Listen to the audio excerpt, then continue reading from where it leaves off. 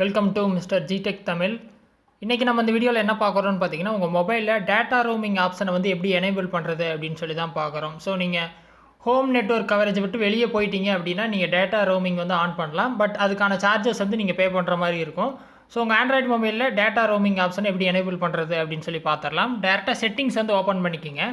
Settings open பண்ணிட்டு network and internet ஆப்ஷனுக்குள்ளே போயிருங்க. சரியா, அதில் போய்ட்டு மொபைல் நெட்வொர்க் அப்படிங்கிற ஆப்ஷனுக்குள்ளே போயிருங்க. உங்களுக்கு இந்த மாதிரி ஸ்க்ரீன் வரும், நெட்வொர்க் செட்டிங்ஸ். இதில் பார்த்தீங்கன்னா மொபைல் டேட்டா எனேபிள் இருக்குது. அதுக்கு கீழே பார்த்தீங்கன்னா ரோமிங் அப்படின்னு சொல்லி கொடுத்துருப்பாங்க. Connect to data services when roaming அப்படின்னு கொடுத்துருப்பாங்க.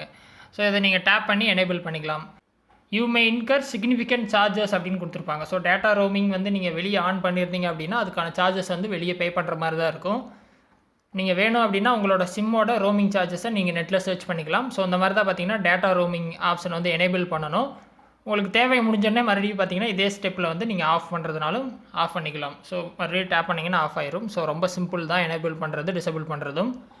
ஸோ அந்த மெத்தடு ட்ரை பண்ணுங்கள். ஏதாவது டவுட் இருந்தால் வீடியோ கமெண்ட்ஸில் சொல்லுங்கள். வேறு எதாவது டாபிக்ஸில் வீடியோ வேணும்னாலும் கமெண்ட்ஸில் சொல்லுங்கள், நான் போஸ்ட் பண்ணுறேன்.